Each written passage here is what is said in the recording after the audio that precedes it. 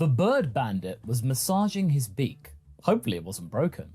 He was the first one to come to his senses and immediately started waking up his comrades, starting with Wolf. She wasn't lying.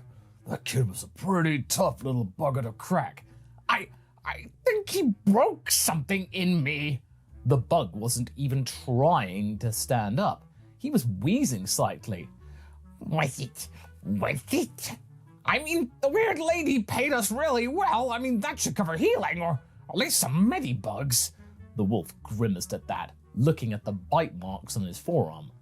I hate those things, the moon admitted. It just feels wrong, you know, eating other bugs.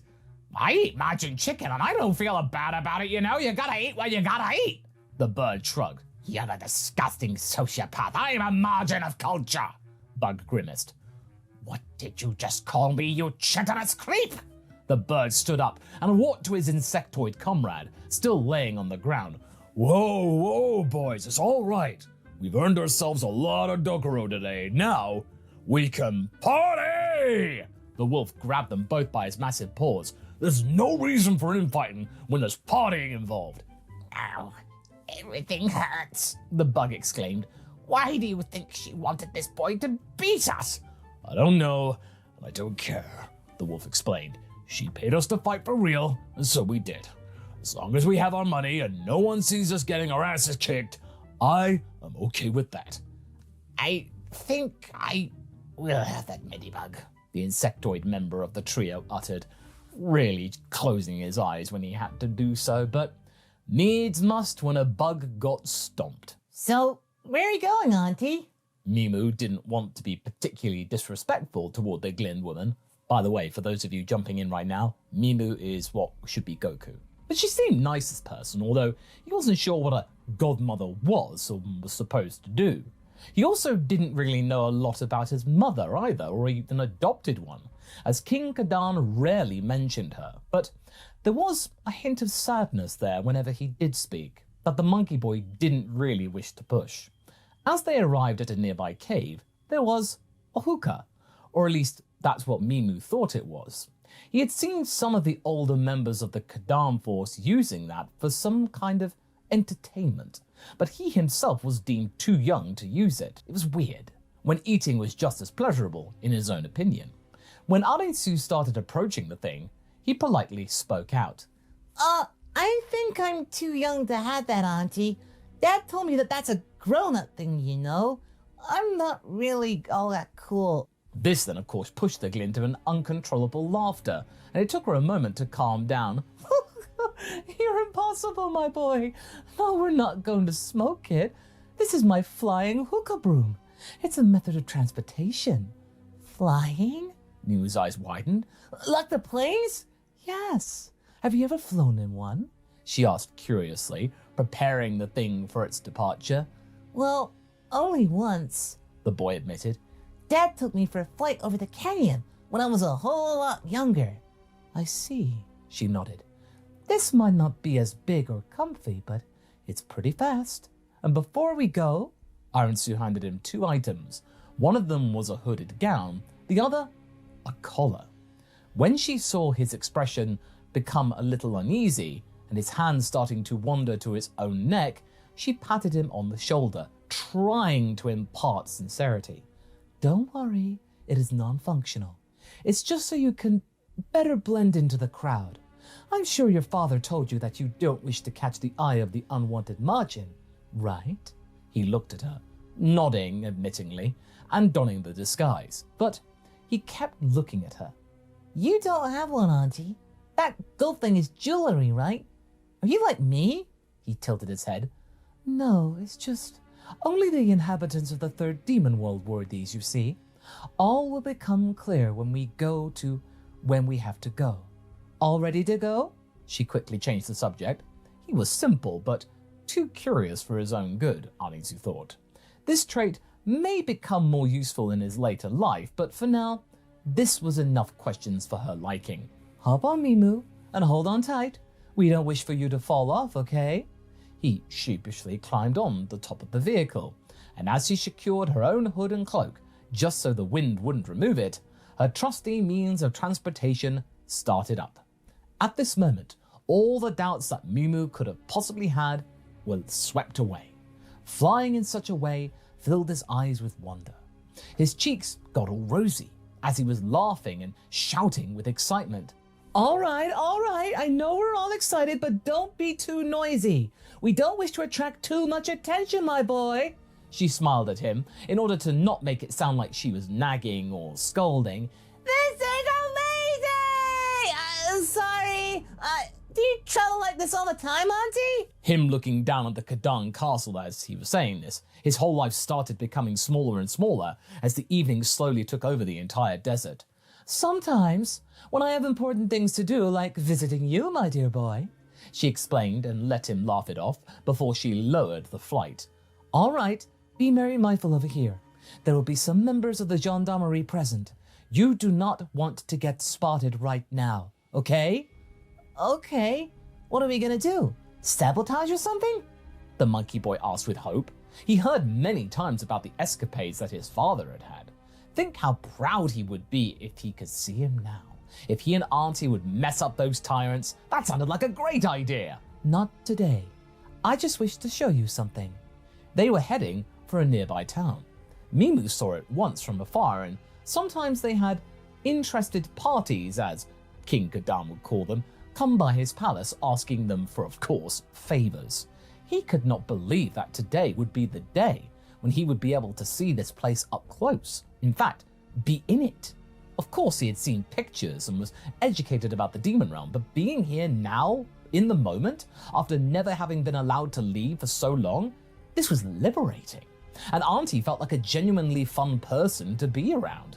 There was something familiar about her, and maybe that was the reason it wasn't really hard to trust her. Things that she had told him, they simply made a lot of sense. He would have to ask Dad about her at some point, he thought to himself, when they had landed a fair distance away from the outskirts of the town. She hid her hookah broom behind a rock formation, seemingly knowing the area rather well, and started hunching over, which gave her a bit of an elderly appearance. Then she gestured toward him to grab her arm. We are just passing through. You are my grandchild. Do not talk to strangers. I will do that for the pair of us, all right? She smirked. All right, Auntie. Mimu wasn't so sure about this, although the night was closing in. The town was also very noisy. Something was going down, as the locals were crowding around the main square. Was there to be some kind of party? As the two of them got closer, the monkey boy could then see a stage, on which a couple of gendarmerie members were reading out names, much to the dismay of the locals. Oh, this was not a party. These disreputable margin refuse to pay the additional tax pay that has been announced last month by the office of Vice Supreme Demon King Goma, and are called to regulate their debts right at the instant or face the consequences henceforth. The tallest and thinnest member of the force read out in a surprisingly booming voice, looming menacingly over everyone watching the stage. There were protestations, though. Why is the Vice King deciding about this? He's no king of mine. Where is our true master Dabura? An older Martian spoke up, equally booming. Yeah, where's the real king? Shouted another voice.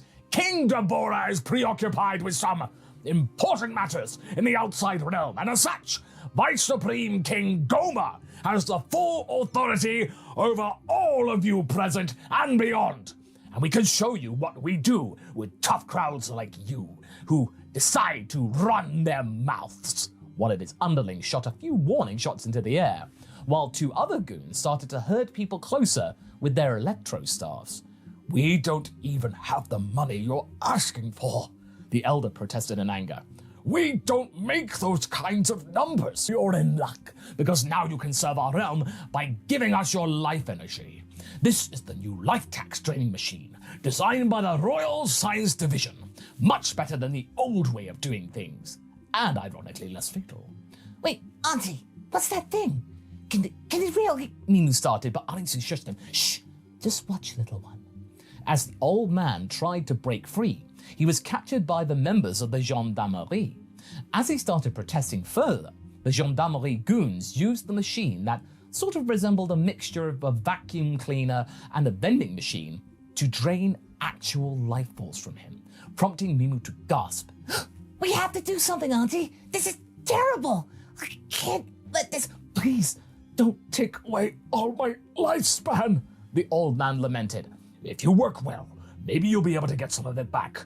Now let's head further down the list. The leader of this group simply ordered the poor old man off the stage, which then prompted a furious reaction from the crowd. A reaction that had been quickly hampered with electro staves and shotguns, so didn't last long. Why are you showing me this, Auntie? This is horrible. Mimu felt the anger building up underneath his skin. These people had unspeakable things, and he had to just sit back and take this? Who designed these kinds of contraptions? I wanted to show you how serious things have gotten with King Dabura gone. The Vice Supreme King is doing what he wants, Mimu. He obviously cannot push too hard as he doesn't have enough power yet, but still, those people have no one there to defend them, no one to stand up for them. But my dad is working toward messing up the gendarmerie's plans. You'll see. Surely that would be enough to help. What else can be done? Honestly, Mimu was disappointed. He really thought that the actions of the Kadam force would have had a greater impact than this, especially this close to home. Now that you've seen this, nothing had been done. Arisu shook her head and touched his shoulder. That's not enough, and your father is smart enough to know that he cannot take this on head first. The gendarmerie raid would have obliterated your castle. He can only take bites out of them. Before the gendarmerie official could read another name from that list, something hit him in the back of the head. It was a projectile, a ripe fruit, which smashed against his head, staining his face and uniform. Who did that? Haven't we given you enough of an example? And now this is what you do? The crowd moved their eyes toward a young man, one who might have quite recently grown up out of his boyhood. He had blue skin and spiky white hair, and was dressed in a simple, raggy attire. You people are cowards for bullying elders, and you are as pathetic as the runt that sent you, he said, glaring at them with his intense yellow eyes. Ooh, interesting person. Glorious, even. You will regret that. After him! The gendarmerie officer gestured at one of his goons, who then started the chase. The young man threw himself into the alleyway in an insane run. Auntie, this gendarmerie type is armed. He's gonna hurt him. We gotta do something. We cannot intervene, Mimu. What would your father... Arisu started telling him, but Mimu wasn't listening, as he started to use the commotion to climb up onto the roof and begin his own chase. Wait, Mimu, come back! This is dangerous! She yelled after him, modulating her voice as much as she possibly could, having to quickly change the dials. When he was far away, she smirked. Oh, this boy. Oh, this was perfect. He was so easy to predict. As she took off a gendarmerie pad from her pocket, she just made sure that the whole chase would be marked as low priority. Just the local guards. No one else would get involved, just in case. Meanwhile, the blue-skinned young man was dodging shots left, right, and center from the stun pistols, jumping over crates and various obstacles. But eventually, his escape led him to a dead end. I've got you now. First you will get a beating, and then we will take lifespan from you. You appear to have plenty, young one. The gendarmerie goon smiled widely in a very unsettling manner. The brave youngster was ready to defend, though, when something descended from up upon the roof to the guard that pinned him. The gendarmerie goon wasn't completely expecting that when he had been pinned down to the ground and had dropped his stun gun. It was Mimu who was struggling with him, trying to keep him pinned to the floor. Stun him! I can't hold it for long! The monkey boy pleaded. A little hesitant, though, the young man picked up the weapon and fired it at the guard to make sure that he would remain out cold for a while. You helped me. Thanks, the blue-skin Margin thanked. There might be more of them soon. Yeah, I think he might have had some sort of comm device in his pocket. We are still in an alleyway with no exit, he uttered. Don't worry, me and my aunt have a way out. I can help you climb up onto the roof, and we can get you over the wall. Mimu smiled. Really? The blue Margin's eyes widened. Still, He accepted the help, and both of them quickly left the location. As they arrived at their destination, Anisu was already there. She seemed rather pleased, at least initially. Well, well, you're fine after all. Still, you acted very recklessly despite my pleas. What do you have to say in your defense? Her sight became more stern after the initial warmth. I'm sorry, Auntie, but I can't. My whole life, I was sitting there, locked, thinking that we could make a difference. But seeing that up close, I'm sorry for causing any trouble. Hey, you did good. Her smile widened, much to the surprise of Mimu. I did? The monkey boy shook his head. I wanted to see what kind of person you were. And twice already, you have shown me that my suspicions were correct. You have a brave heart. And that you know who is the true enemy. The gendarmerie and its master. This bodes well for your future, my boy. Mimu looked at his new companion, who felt out of place in this scene, very much a third wheel. Oh, Auntie, we got a new friend. I brought him to safety. What's your name, buddy? Glorio. The name is Glorio. The blue margin crossed his arms. Nice to meet you, Glorio. The monkey boy shook his hand. It's Glorio. Arinsu, meanwhile, was overjoyed. Another important introduction in this boy's life. She had taught Glorio well. All right, boys, she said. We need to get Mimu home and put you somewhere safe. And as they packed themselves onto the hooker broom, a few gendarmerie shoulders found one of their stunned with their own gun. They were discussing rather loudly about what they exactly should do. They could not report this to the Vice King. He would have their guts for garters for bothering him with such fripperies. But at the same time, one of those yokels had dared to raise a hand against the law enforcement of this region. This had to be reported somewhere. Well, luckily, there was always Degesu. And that's where we're going to be leaving things for right now.